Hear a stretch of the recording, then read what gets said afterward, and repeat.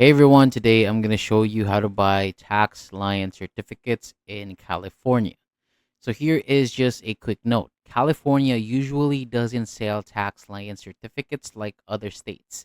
It mostly sells the property itself like tax deed when taxes go unpaid for years. So this can be helpful because you may be able to buy property through a county auction.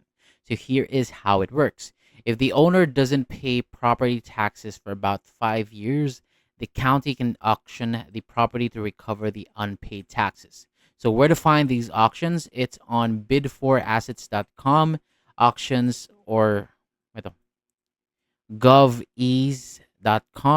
You can also search your county's tax collector site for tax defaulted property sales. And here is how to buy.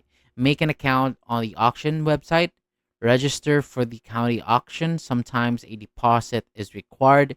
Research the property first because it's sold as is.